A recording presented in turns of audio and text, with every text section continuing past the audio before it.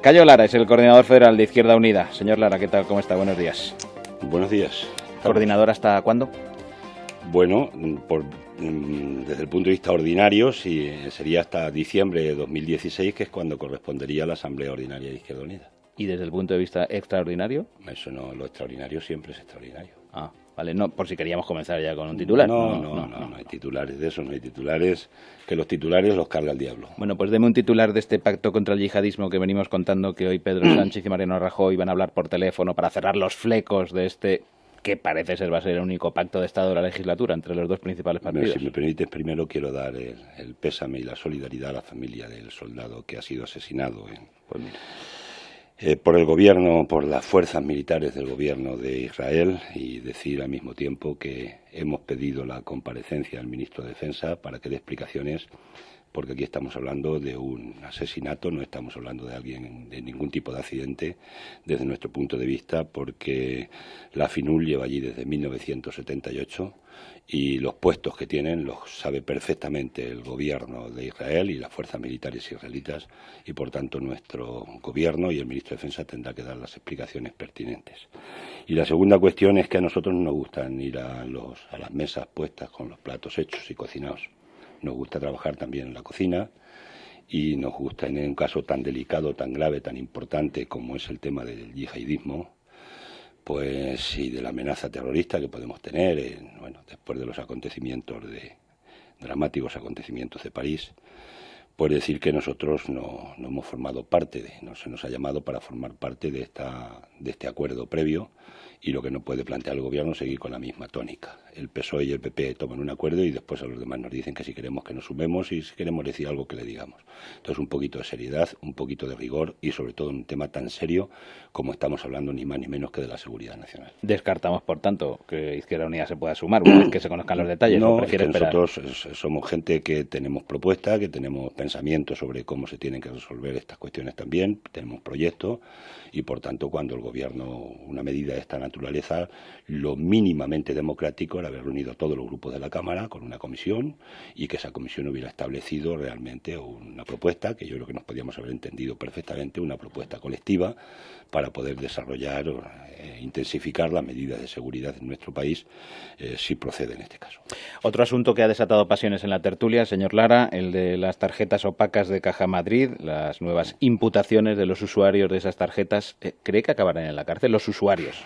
No ya me refiero a la cúpula, que si quiere también le pregunto, pero ahora, a este estadio en el que está. De acuerdo con el Código Penal, lo que establezca el grado, en definitiva, que le tengan que aplicar por el uso indebido de tarjetas opacas, que devuelvan lo que pueden haber sustraído ilegítimamente, ilegalmente, que se aplique el máximo rigor, porque desde mi punto de vista es una sinvergonzonería, podemos poner el calificativo que queramos a que hayan tenido estas tarjetas, y en segundo lugar la actitud, y finalmente que no nos olvidemos de lo grueso. Que lo grueso es que 24.000 millones de agujeros se han producido por los órganos directivos de esta entidad a lo largo de los años, y nosotros, el pueblo español, necesita conocer, ver los nombres de quiénes son los que han saqueado la Caja de Madrid y Bankia, con nombres y apellidos para que salgan a la luz pública, y estos son los que también tienen que pagar y tienen que devolver todo aquello que puedan devolver y que deban devolver al erario público, en este caso, puesto que estamos hablando de una caja ya intervenida. Esto es grueso, y en ese sentido quiero decir que el gobierno no ha querido la investigación del tema de las cajas en España, que nos ha negado 7 veces la comisión de investigación para ver quién ha saqueado las cajas en nuestro país y dónde están todas las responsabilidades, y decir igualmente que en este caso nosotros presentamos una querella, va a ser ya casi un año, una querella contra los consejeros de las cajas, precisamente por la actitud que habían tenido los directivos y los consejeros sobre el caso Bankia, BCA, y en definitiva cómo se hizo toda esta inmensa estafa que se han montado a los ciudadanos españoles. ¿Le ha pasado factura a todos por igual? Hay implicados en todos los partidos, sindicatos, también de Izquierda Unida. ¿Le ha pasado factura a todas las formaciones por igual, o tiene la sensación de que la gente ha puesto más la lupa en militantes de Izquierda Unida? Moral Santín, si me permite el nombre propio. Sí, porque es curioso que cuando resulta que es uno más de los que no están Izquierda Unida. Es que esto no se cuenta, es que yo creo que tenían que salir titulares diciendo que estos señores, los dos que había, o tres por Izquierda Unida, puestos por Izquierda Unida, que no están en la organización desde hace 2 años, que están dos de baja de la organización desde hace 2 años. Pero bueno, esto no. Parece que el titular se ha puesto ahí cuando realmente el grueso de quienes tomaban las decisiones ha sido los consejeros puestos por el Partido Popular, los directivos, que eran los que tenían el control de la caja.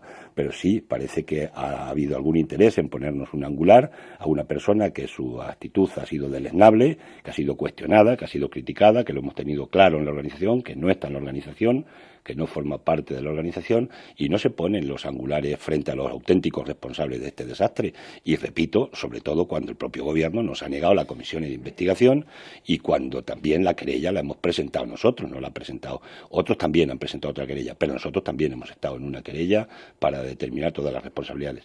A nosotros en eso no nos gana nadie en este país. Hablamos un poco de Andalucía, señor Lara, de las anticipadas de Andalucía. ¿Por qué ha adelantado las elecciones Susana Díaz? Le pido la valoración y el olfato político.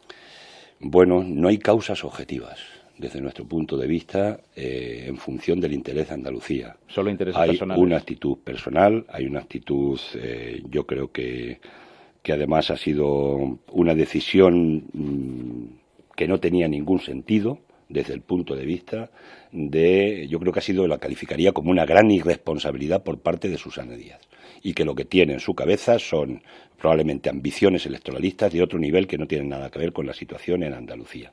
Nosotros firmamos un pacto de gobierno con el Partido Socialista, hemos sido y somos una fuerza responsable que cumplimos con lo que firmamos, y somos los que le hemos dado estabilidad y responsabilidad a ese gobierno de Andalucía, 256 medidas, 30 leyes, y que ahora la decisión de Susana Díaz es que esas leyes se van a quedar sin cumplir y, por tanto, faltando la palabra a los ciudadanos y ciudadanas andaluces y andaluzas. Y eso es una barbaridad. Leyes como la de la banca pública, que es muy importante en Andalucía, leyes como la de la renta mínima garantizada, leyes como la ley de agricultura, leyes como la ley de violencia de género y leyes como la garantía de servicios vitales para la gente que no puede pagar agua o luz, que haya una cobertura.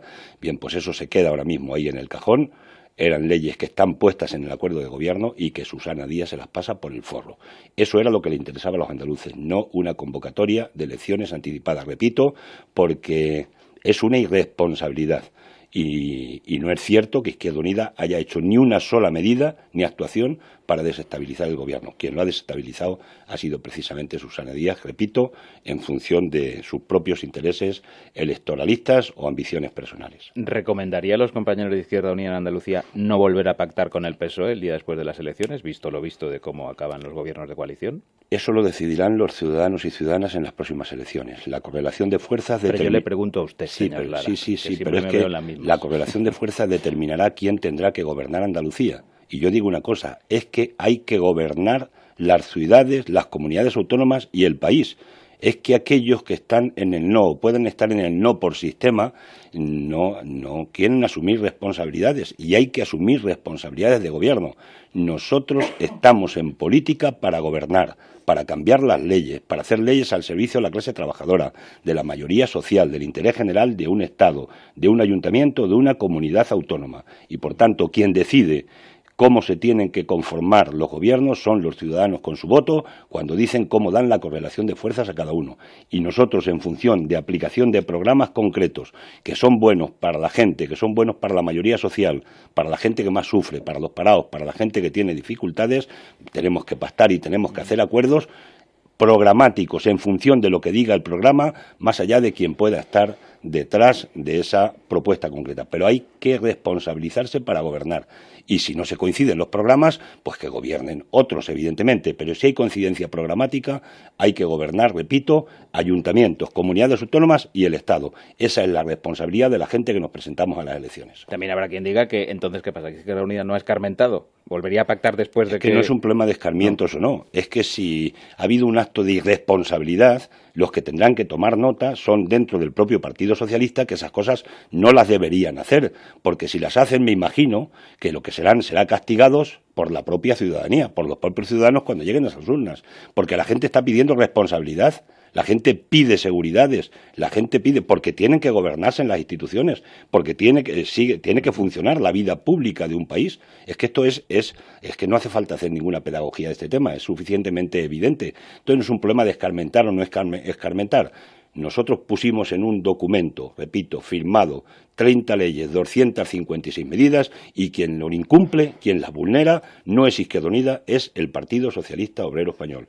Tomamos nota y esperaremos a las siguientes para ver qué dice el pueblo andaluz y a quién le da más poder o menos poder en este proceso electoral siguiente que viene. Y en función de eso, repito, no anticipemos nada, y en función de programas concretos habrá que conformar un gobierno, porque los andaluces se merecen tener un gobierno.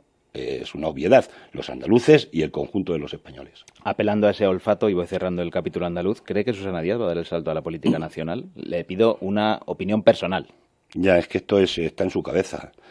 Ahora mismo hay opiniones diversas en este sentido, hacer profecías en esto es diferente, pero sí hay bastantes líneas de opiniones que están planteando que podía intentar dar el salto a ser candidata a la presidencia del gobierno.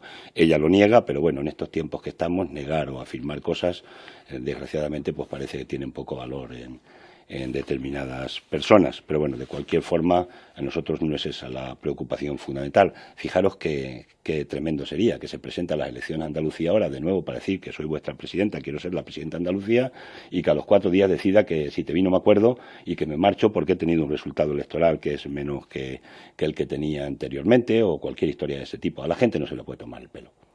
A la gente no se la puede tomar el pelo y no se la puede ni se la debe engañar. Y si se engaña a la gente, se engaña a la democracia, se le toma el pelo a la gente, y eso se pagará y se castigará en las urnas. Un poco de Grecia. ¿Qué le parece que no haya ninguna mujer en el nuevo gobierno de Alexis Tsipras? Pues me parece mal.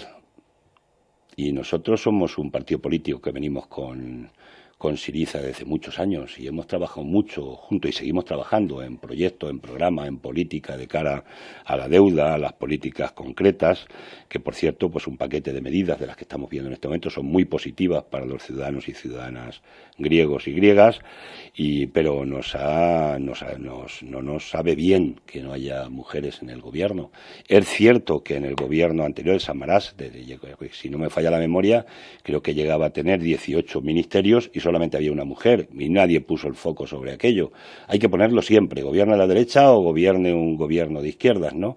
Pero en este caso a mí me sabe muy mal de que no haya mujeres en el gobierno de Syriza, en este caso, en el nuevo gabinete. Y lo que sí doy fe, y vuelvo a afirmar, nosotros en nuestros estatutos, y además lo aplicamos, tenemos el 50% de mujeres en todos nuestros órganos de representación, y si un día tenemos algo que ver en el gobierno de España, no os quepa ninguna duda que la mitad del gobierno, o en esa línea, habrá mujeres, porque la clave que estamos hablando es del derecho a la igualdad. Por cierto, para hablar de la igualdad de la mujer, no solamente que estén representadas en los órganos sino que haya también igualdad a todos los niveles, empezando por los niveles salariales, que de eso a veces se habla menos. ¿Qué se le pasa por la cabeza cuando escucha Syriza es el Podemos griego o Podemos es el Syriza español, cuando Izquierda Unida lleva en ese hermanamiento, si me permite, desde mucho antes de que Pues no se nos pasa nada. Nosotros seguimos con nuestra hoja de ruta. ¿No molesta? Seguimos con nuestra propuesta política, cada uno que opine lo que quiera. A nosotros se nos juzgará a lo largo de la historia por los hechos. Y nuestros hechos están ahí. No solo no nos arrepentimos de ellos, sino que vamos a continuar trabajando porque haya gobiernos de izquierdas y porque haya unas políticas alternativas a las políticas neoliberales que tanto daño están haciendo en la Unión Europea. Y en esa hoja de ruta nos seguiremos encontrando con compañeros y compañeras de otras formaciones políticas del conjunto de los países de la Unión. De hecho, hemos tenido un foro en Barcelona estos días, ha salido una declaración de Barcelona y, entre otras cosas, lo que hemos planteado es que tiene que haber una conferencia europea sobre la deuda. Vamos a trabajar en eso porque tenemos similitudes y problemas determinados comunes. La política de austeridad nos está haciendo daño, y especialmente a los países del sur, y en ese sentido hay que buscar una solución a la deuda, porque en las condiciones actuales no es posible que determinados países se desarrollen si no hay una quita, una reestructuración y si no se planta cara a los intereses de la deuda. La posibilidad de coaliciones puntuales en las comunidades o ayuntamientos donde se decida entre Izquierda Unida y Podemos es una cuestión de marcas, es decir, hay que mantener la marca Izquierda Unida, ¿es una línea roja que usted no estaría dispuesto a traspasar o lo deja en función de cada territorio? Las coaliciones electorales es la figura que nosotros tenemos aprobada a efectos de las elecciones municipales, elecciones autonómicas y elecciones generales. las coaliciones electorales por 20 razones que no voy a explicar aquí en se lo agradezco por cuestión de tiempo breve, pero coalición electoral donde se respetan las identidades de todos los actores y donde se converge en torno a un elemento fundamental que es el programa, porque la gente lo que quiere saber al día siguiente de ganar unas elecciones es ustedes qué van a hacer. Eso es lo que pide la gente seria. ¿Pero con siglas o sin siglas? ¿O no es materia sensible? No lo sé. Es que, las coaliciones, cada uno tiene sus siglas y su identidad. Es que tenemos culturas diferentes. En la izquierda tenemos culturas y tradiciones diferentes. Sí, para que ponerle un nombre. ¿Y por qué? Sí, pero la coalición nosotros nos llamamos la izquierda plural en este momento en el Parlamento. No se llama Izquierda Unida. Se llama Izquierda Plural. Y todo el mundo nos identifica como izquierda plural como la izquierda de este país. Y estamos con 11 diputados en el Parlamento. Hemos tenido y tenemos 6 diputados europarlamentarios en el Parlamento Europa. Y estamos en una coalición también con Verdes, también con una coalición de la izquierda plural, con ICV, con un partido con AYE en Galicia, es decir, 12 formaciones políticas conformamos la izquierda plural de Europa. Y por tanto, nadie ha perdido su identidad, todos tenemos nuestra identidad y estamos en torno a un programa y un proyecto común, que esto parece que es razonable. Creo que nadie quiere cambiar su identidad, porque todo el mundo la quiere tener, y en lo que nos ponemos de acuerdo es en el programa, en cómo vamos a resolver los problemas de los ciudadanos al día siguiente de las elecciones, porque no se le puede decir a gente, ya veremos qué hacemos después. Hay que decirle, antes de ir a votar, qué proyecto político, qué programa político tienen ustedes. Eso me imagino que para la gente que mínimamente piensa un poco en este país y estoy convencido que es todo el país. Y cuando llegue la hora de la verdad, la hora de echar el voto, la gente piensa, ¿esto qué significa que va a pasar mañana? Si han votado a Alexis y a Syriza en Grecia y proponía que iba a haber una subida de salario mínimo interprofesional a 700 y pico euros, pues bien, ya está ahí. Una de las primeras medidas está puesto. Eso es lo concreto. Y eso es lo que la gente quiere tocar al día siguiente de las elecciones, porque la gente necesita seguridades. Y una más, antes de darle la palabra a los compañeros de tertulia. ¿Hay riesgo de bicefalia con Alberto Garzón como candidato a las generales, con usted como coordinador federal? Esto de la bicefalia no suele funcionar muy bien en los partidos. ¿Hay riesgo o no en Izquierda Unida? Gaspar Llamazares es el anterior coordinador de Izquierda Unida. Está en el grupo parlamentario de la Izquierda Plural. Él dejó de ser coordinador en 2008, a finales de 2008, principio de 2009, cuando yo entré de coordinador, y hemos tenido una convivencia sin ningún tipo de problemas.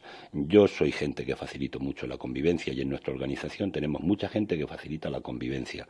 Por tanto, la bicefalia en la organización no va a tener ningún tipo de dificultades. Yo seguiré con las tareas de coordinador de la organización. Alberto es nuestro candidato una vez que le proclamemos ya definitivamente, porque no ha habido más candidatos a las primarias en este caso, por tanto no habrá primarias, y el Consejo Político, cuando le ratifique, Alberto es nuestro candidato a la presidencia del Gobierno, y a partir de ese momento vamos a trabajar en sintonía, porque no solamente porque no haya otro remedio, porque hay que hacerlo por el bien de la organización y el bien del proyecto político, sino porque además es posible y es necesario. Entonces no va a haber ninguna dificultad en mantener esa bicefalia.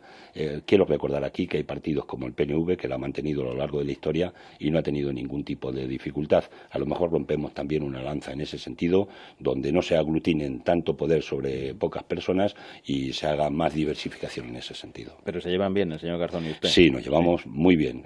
Es como si fuera mi hijo, desde el punto de vista de la edad. Tengo un hijo con 31 años, Alberto tiene 29, por tanto podía perfectamente, desde el sentido por quinta, de la sí, edad, por quinta podía ser perfectamente, pero además tengo con él buena sintonía, buena relación. Es un buen chaval, tiene muy buena cabeza y es una persona de presente y de futuro para este país que dará mucho que hablar. Bueno, le voy presentando, señor Lara, a los compañeros de tertulia, charlando con el coordinador federal de Izquierda Unida. La primera está en Toledo y es Esther Esteban. Cuando quieras, Esther. Buenos días. Bueno, una pena que no esté mi paisano aquí. ¿Haberte venido? No, se tenía que haber venido él aquí. Tenemos unas migas pendientes, ¿eh? Es verdad. No. Bueno, pues yo, señor Cayo Lara, le tengo que reconocer que ha tenido usted muy mala suerte, porque consiguió lo que nadie creía que iba a pasar, que es que Izquierda Unida saliera reforzada, empezara a levantar cabeza y de repente aparece el fenómeno Podemos. Y aquí da la sensación que su mandato pues se ha enturbiado por esto. Le quería preguntar en concreto por el tema de Tania Sánchez. Yo la entrevisté hace bien poco y ella ponía nombres y apellidos a quien se tiene que ir de Izquierda Unida. Hablaba de Gregorio Gordo, de Ángel Pérez, de Reneses, bueno, etcétera, etcétera. Decía que toda esa gente sobraba en Izquierda Unida, tenía que dar un paso atrás. Y la realidad es que está ardiendo Izquierda Unida en Madrid. Si la señora Tania Sánchez resulta imputada, que ella cree que esa imputación la ha planteado el PP, pero es fuego amigo, es decir, la ha inspirado la vieja guardia de Izquierda Unida, se tiene que marchar, no sería la candidata. ¿Y qué opina usted del espectáculo que estamos viendo en Madrid?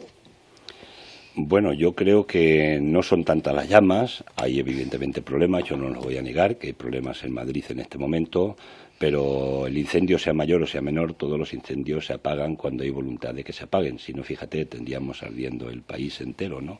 Entonces yo no lo califico de incendio, hay dificultades, hay problemas que finalmente se van a terminar resolviendo, ¿no? Y en cuanto a lo de Tania, pues hay que decir que yo no quiero hacer juicios de valor anticipados. Cuando la justicia determine lo que quiera determinar, en ese momento exacto es cuando vamos a opinar. Por lo pronto, lo único que tenemos es, yo estoy pendiente de esa decisión y estoy pendiente de la decisión de la comisión de investigación que hemos propuesto nosotros en el Ayuntamiento de Rivas hacia Madrid. Cuando tengamos esos resultados, a partir de ese momento la Dirección Federal se pronunciará. Nuestro código ético ya sabéis que es muy exigente. Claro. Sabéis que Willy Meyer es una persona que dimitió del cargo de europarlamentario por una cuestión ética. Por cierto, no ha dimitido ningún otro europarlamentario, ni del PSOE, ni del PP, ni de ningún otro grupo, en la misma situación y condiciones que estaba Willy Meyer.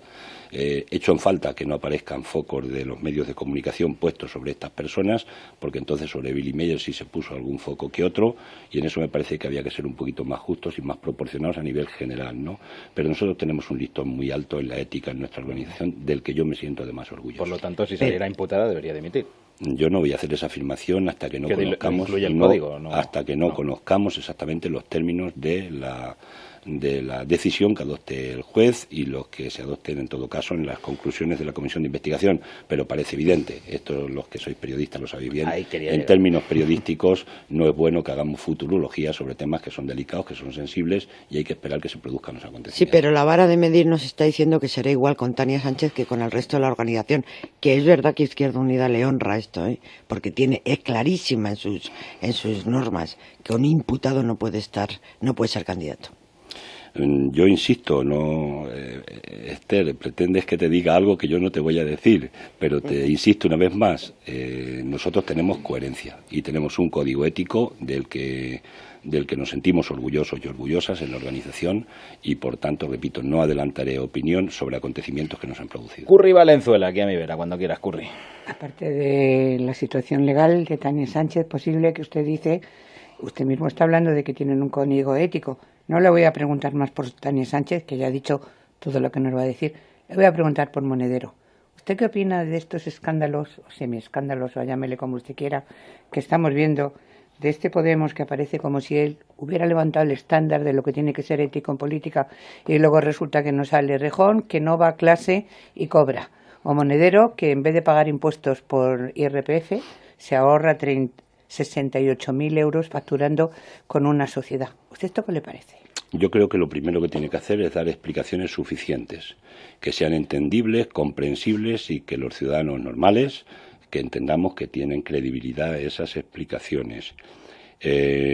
No se puede predicar una cosa y hacer la contraria, porque eso significa que se pierde la coherencia. Y Willy Meyer dimitió por menos.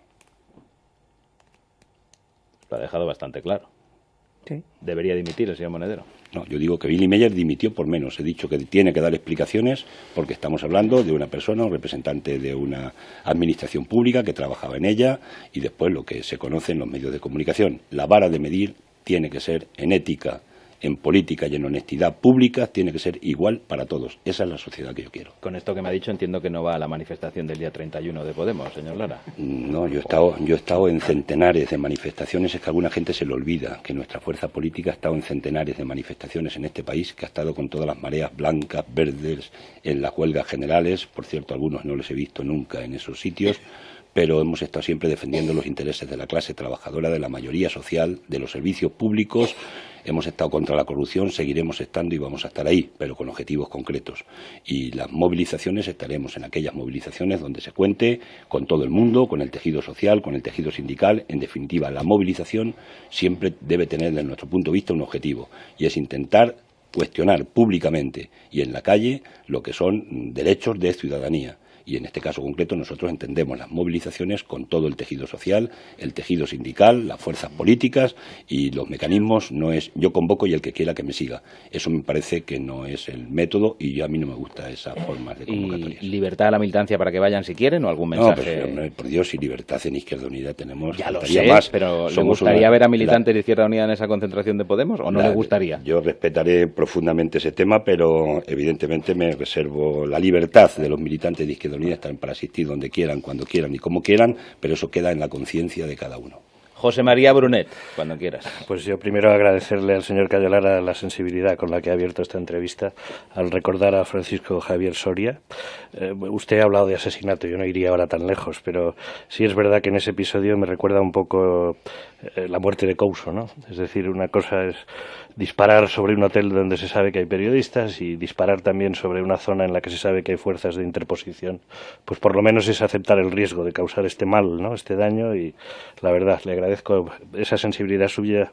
No me extrañaría que algún juez se interese por el tema, a pesar de los límites a las cuestiones de justicia internacional, visto que el muerto es un nacional español.